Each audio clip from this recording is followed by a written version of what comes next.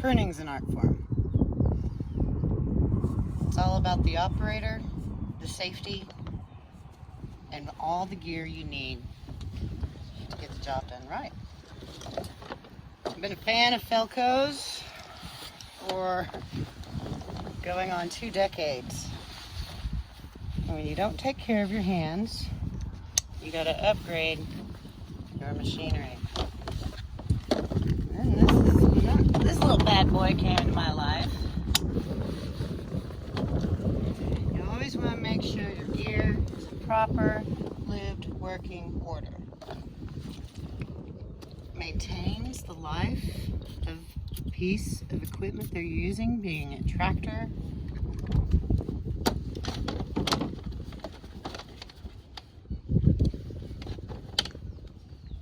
gloves, hat, camera action ready, because grapevines, when you're out here for this many hours, those little grapevines make it into any little crevice, and they don't need to be in your eyes. So let's get to work.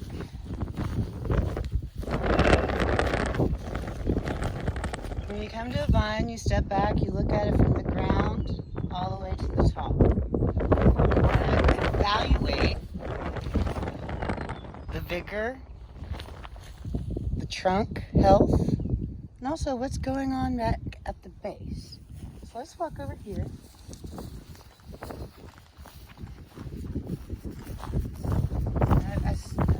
I was pruning those yesterday, but we're going to just do this as a little demo. So these are called black mollies. You don't ever want those to stay on the vine. You've looked and you evaluated the health.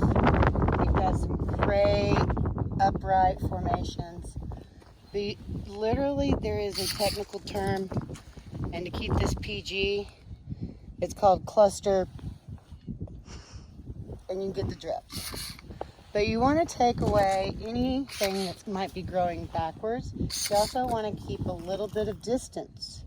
Right now it's spring, it's March, and the sap is already starting to come out. So I'm not worried, but if I was pruning earlier, I would have at least left a good 1.5 inches, because there's dieback that occurs.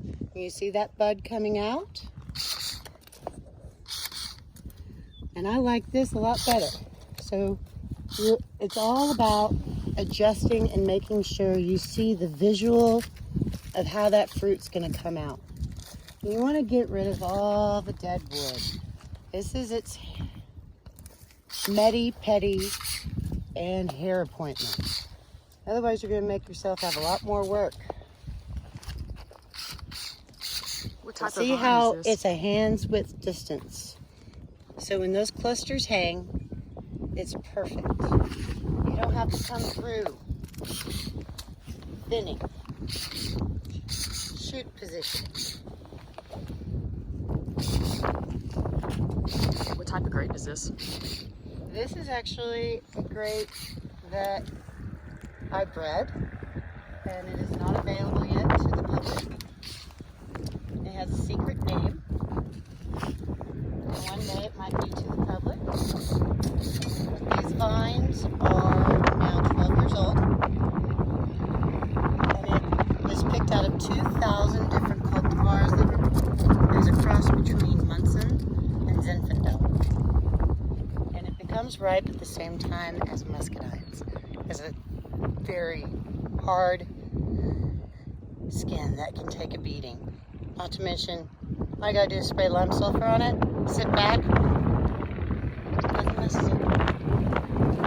This is all Geneva double curtain through here, so one vine actually becomes 2 rows. You want to get rid of all the dead, because that's where the harboring.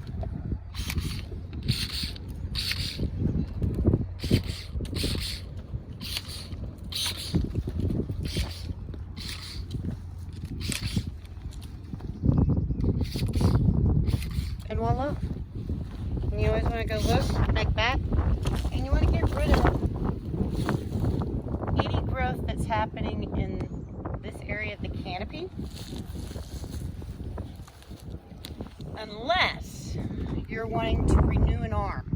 Now you don't just go start cutting on it until you've evaluated what's going on. Do I need new cordons to replace? Like this was last year's lot because it looks like all of this was dead, but it picks back up. Now young vines, you wouldn't have this much going on. But there was a thought to put new arms last year when pruning, and it's my job to figure out why.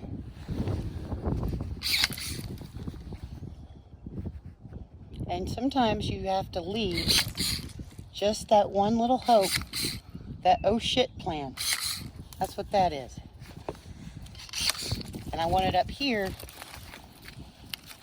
not down there. So this is coming off of this arm. Woo! Pollen's coming on.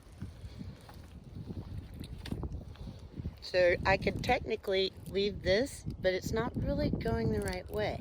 So if I was to do that, it would snap. But I'm going to give it that opportunity for next year. Since there's no fruitful wood on this side of the cordon, we're going to go ahead and keep this extra arm.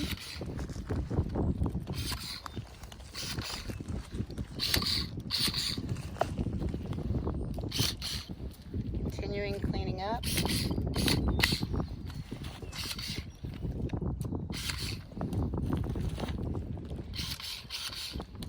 And what I'm not showing you is I'm making sure that the wood is green and healthy with each cut. Because if it's dark or brown, or you've got some type of pattern within, you've got more than beats the eye. Something is going on in the vine. But as you can look here and here, the sap is starting to come out. It's a beautiful cut. There's no, you type a dye back, there's no signs of crown gall. That's what you're looking for right now. So you can adjust your spray program, so you can also prepare if it's that last year that you're going to get grapes out of that vine, or if that vine needs to be ripped out and replanted.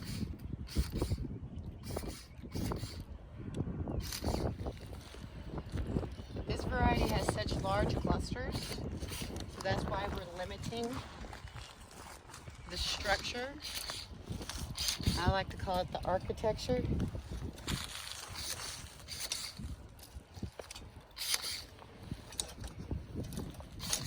I did that because this cross arm should be right here, and that vine has literally pushed it. So now there's no competition, and she's healthy enough to produce this much.